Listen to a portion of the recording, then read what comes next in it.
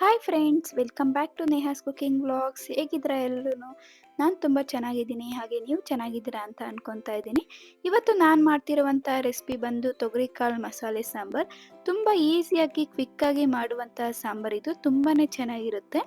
ಬನ್ನಿ ನೋಡೋಣ ಹೇಗೆ ಮಾಡೋದು ಅಂತ ಅಂದ್ಬಿಟ್ಟು. ಮೊದಲಿಗೆ ಒಂದು ಮಿಕ್ಸಿ ಜಾರ್ ತೊಗೊಂಡು ಅದಕ್ಕೆ ಸ್ವಲ್ಪ ಕಾಯಿ ತುರಿ, ಹಾಗೆ ಒಂದು 2 ಈರುಳ್ಳಿ, ಸ್ವಲ್ಪ ಚಕ್ಕೆ, ಲವಂಗ, 1 ಟೇಬಲ್ ಸ್ಪೂನ್ ಅಷ್ಟು ಕಡಲೆಪಪ್ಪು, ಹಾಗೆ 1 ಟೇಬಲ್ ಸ್ಪೂನ್ ಸೋಂಪು, ಸ್ವಲ್ಪ ಕೊತ್ತಂಬರಿ ಸೊಪ್ಪು, ಹಾಗೆ 2 ಟೇಬಲ್ ಸ್ಪೂನ್ ಧನಿಯಾ ಪುಡಿ, ಒಂದು ಸ್ವಲ್ಪ ಶುಂಠಿ, ಹಾಗೆ ಸ್ವಲ್ಪ ಬೆಳ್ಳುಳ್ಳಿ, 2 ಕಟ್ ಮಾಡಿ ಇಟ್ಟಿರುವಂಥ ಟೊಮೊಟೊ ಹಾಕ್ಕೊಂಡು ಈಗ ಇದನ್ನು ಪೇಸ್ಟ್ ಮಾಡ್ಕೊತಾ ಇದ್ದೀನಿ. ಹಸಿದೇ ಪೇಸ್ಟ್ ಮಾಡ್ಕೊಂಡಿದ್ದೀನಿ.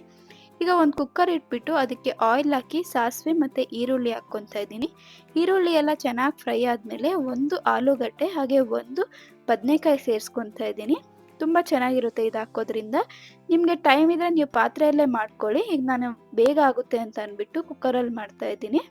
ಈಗ ನಾನು ತೊಗರಿಕಾಳು ಚೆನ್ನಾಗಿ ವಾಶ್ ಮಾಡಿಬಿಟ್ಟು ಹಾಕ್ಕೊತಾ ಇದ್ದೀನಿ. ಹಾಗೆ ಸ್ವಲ್ಪ ರುಚಿಗೆ ತಕ್ಕಷ್ಟು ಉಪ್ಪು, ಒಂದು ಚಿಟಿಕೆ ಅರಿಶಿನ ಹಾಕ್ಕೊಂಡು ಚೆನ್ನಾಗಿ ಮಿಕ್ಸ್ ಮಾಡ್ಕೊತಿದ್ದೀನಿ. ಪಾತ್ರೆಯಲ್ಲಿ ಮಾಡೋದ್ರಿಂದ ತುಂಬ ಚೆನ್ನಾಗಿ ಬರುತ್ತೆ. ಅದೇ ನಿಮ್ಗೆ ಬೇಗ ಆಗಬೇಕು ಅಂತಂದರೆ ಕುಕ್ಕರಲ್ಲಿ ಮಾಡ್ಕೊಳ್ಳಿ. ಈಗ ನಾನು ಇದಕ್ಕೆ ರುಬ್ಬಿಟ್ಟಿರುವಂತಹ ಮಸಾಲೆನ ಹಾಕ್ಕೊತಾ ಇದ್ದೀನಿ. ಮಸಾಲೆ ಹಾಕ್ಕೊಂಡು ಚೆನ್ನಾಗಿ ಮಿಕ್ಸ್ ಮಾಡಿ. ತುಂಬ ಚೆನ್ನಾಗಿರುತ್ತೆ ಸಾಂಬಾರು. ನೀವು ಈ ರೀತಿ ಒಂದ್ಸಲ ಟ್ರೈ ಮಾಡಿದ್ರೆ ಮತ್ತೆ ಮತ್ತೆ ಇದೇ ರೀತಿ ಮಾಡ್ತೀರಾ. ನೋಡಿ, ಈಗ ನಾನು ಮಿಕ್ಸಿ ಜಾರ್ಗೆ ಸ್ವಲ್ಪ ನೀರು ಹಾಕ್ಕೊಂಡು ಸೇರಿಸ್ಕೊತಾ ಇದ್ದೀನಿ. ಹಾಗೆ ರುಚಿಗೆ ತಕ್ಕಷ್ಟು ಖಾರನ ಸೇರಿಸ್ಕೊತಾ ಇದ್ದೀನಿ. ನೀವು ಖಾರದ ಪುಡಿ ಬೇಡ ಅಂತ ಅಂದರೆ ಹಸಿಮೆಣಸಿನ್ಕಾಯನ್ನು ಸೇರಿಸ್ಕೊಬೋದು. ನಾನಿಲ್ಲಿ ಕಲರ್ಗೋಸ್ಕರ ಖಾರದ ಪುಡಿನ ಹಾಕ್ಕೊಂಡಿದ್ದೀನಿ. ಈಗ ಇದನ್ನೆಲ್ಲ ಚೆನ್ನಾಗಿ ಮಿಕ್ಸ್ ಮಾಡಿ ನಿಮಗೆ ಕನ್ಸಿಸ್ಟೆನ್ಸಿ ನೋಡಿಕೊಂಡು ಸಾಂಬಾರ್ದು ನೀರು ಹಾಕ್ಕೊಳ್ಳಿ. ಈಗ ಇದನ್ನು ಕುಕ್ಕರ್ ಲಿಡ್ ಕ್ಲೋಸ್ ಮಾಡಿಬಿಟ್ಟು ಒಂದು ವಿಷಿಲ್ ಹಾಕ್ಸ್ಕೊತಾ ಇದ್ದೀನಿ. ಒಂದು ವಿಷಿಲ್ ಸಾಕು, ಕಾಳೆಲ್ಲ ನೀಟಾಗಿ ಬೆಂದಿರುತ್ತೆ. ಈಗ ನೋಡ್ತಿರ್ಬೋದು ನೀವು, ನಾನು ವಿಷಲ್ ಎಲ್ಲ ಬಿಟ್ಟ ಮೇಲೆ ತೆಗೆದು ತೋರಿಸ್ತಾ ಇದ್ದೀನಿ ನಿಮಗೆ. ನೋಡಿ ಎಷ್ಟು ಚೆನ್ನಾಗಿ ಬಂದಿದೆ ಸಾಂಬಾರು ಅಂತ ಅಂದ್ಬಿಟ್ಟು.